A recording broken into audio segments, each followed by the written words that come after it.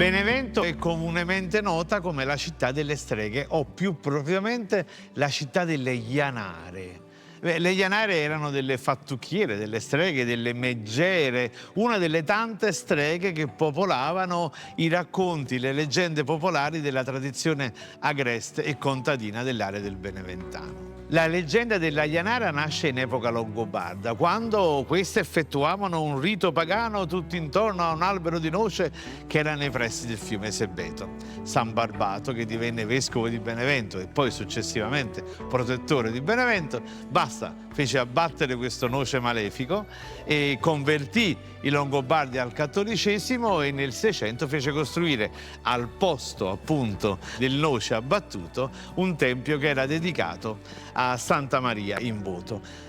Ma nonostante ciò, la credenza nei secoli successivi non si sopì, anzi continuò ad alimentarsi di nuovi elementi, e ancora oggi la leggenda, la credenza sopravvive come un elemento anche divertente di superstizione popolare. Ancora oggi il logo della società calcistica del Benevento Calcio è ispirato alla Ianara che cavalca la scopa, uno dei liquori più famosi prodotto a Benevento, naturalmente. È ispirato proprio, anzi ha nel marchio addirittura il noce delle streghe, quindi l'albero sotto il quale avvenivano i riti pagani.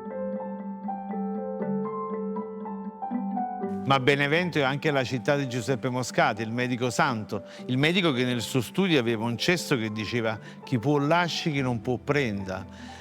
Ma Benevento è anche la città di San Gennaro, il protettore della città di Napoli. San Gennaro era, come è noto, vescovo di Benevento.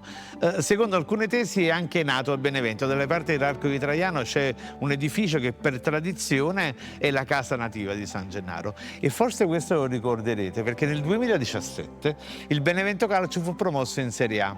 Quando i beneventani vennero allo stadio San Paolo, ci fu il primo derby campano fra Napoli e Benevento, i beneventani provarono a captare la benevolenza del santo protettore napoletano con uno striscione che era geniale, che diceva «San Gennà, ricordati a chi sei figlio». Però naturalmente, dato che i napoletani hanno sempre la risposta pronta, alla partita di ritorno a Benevento sfoderà uno striscione che era pura filosofia: «San Gennà, e figli, sui chi se cresce».